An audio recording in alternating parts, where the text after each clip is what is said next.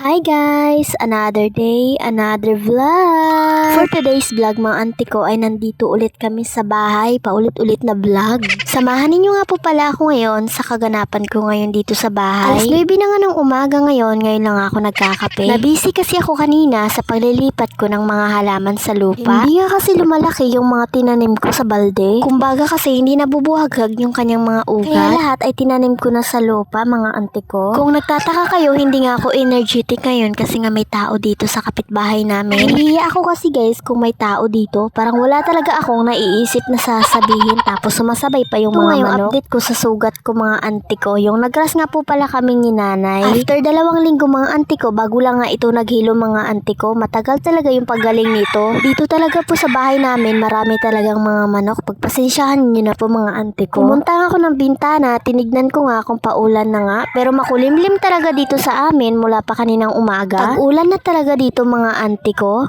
Tapos ipapakita ko ulit sa inyo mga auntie ko yung update dito sa gulay ko. Ganyan pa rin sila mga auntie ko. Kamuti at kalabasa ko mga auntie ko ay gumagapang na rin. Kung naalala nyo mga auntie ko, may tinanim akong talong dyan tas nagkabunga na ay kinuha ko na po yun kahapon at inulang ko na po. Ko na rin nga po pala siya sa lupa mga auntie ko para maganda yung paglaki niya. Nga po pala ni Shamira ay sinampay ko lang malapit po dito sa bahay. Baka kasi po bumagsak yung ulan. Gumawa nga po pala ako ulit ng mall-mall mga auntie ko. Paborito kasi to ng anak ko na si Shamira mga auntie ko, kaya ginawaan ko siya ulit. Kahapon pa nga ako gumawa nito tapos kayo lang namin kakainin. Gumawa ka talaga nito mga auntie ko ay 24 hours din naman. Pero naman sa akin hindi naman aabot ang 24 hours. Tips mga auntie ko kung paano makita kung luto na siya. Unang-una mag-aamoy ito at ang pangalawa bumabasa ito. Kumbaga parang nagsasabaw na siya mga auntie ko. Ganyan okay na siya mga auntie ko at pwede na siyang kainin. Kumain na nga kami ni Shamira ng ganito kanina kaya sabi ko mamaya naman ulit. Pasensyahan nyo na mga auntie ko, marami talagang manok dito.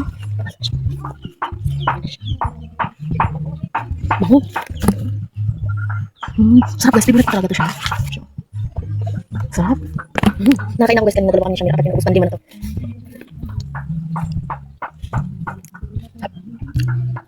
Lagi ako gumagawa guys kasi paborito ng anak ko, paborito ko. Silin hindi siya kumakain siya pero hindi gano'n. Ano kain ito kasi may ibang sila. Kanin lang siya.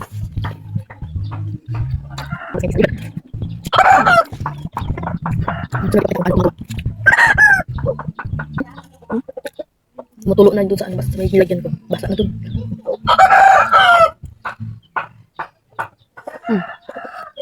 Sobrang sarap.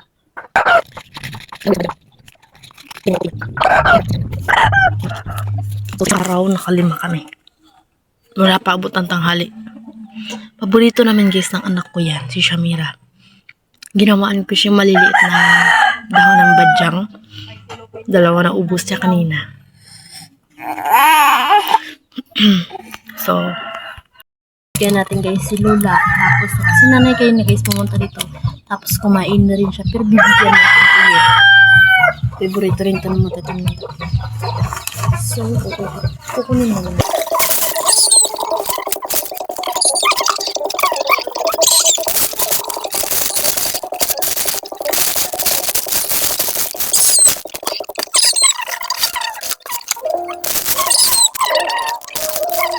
Ito ako na toothbrush. Morning! Morning! Tayo.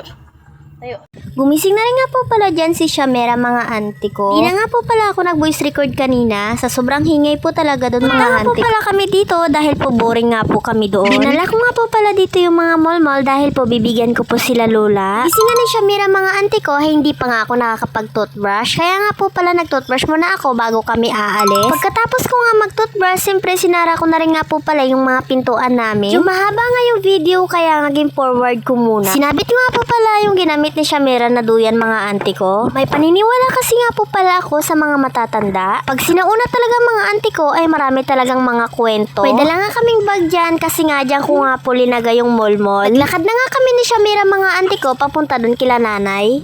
Malapit na nga kami dito kila nanay, kaya malapit na namin madaanan yung cover court. Ito na nga po pala kami sa court mga auntie ko. Maya-maya nga dyan, nandito na nga po pala kami sa bahay mga auntie ko. Pinorward ko na nga ito dahil po mahaba talaga yung video na to.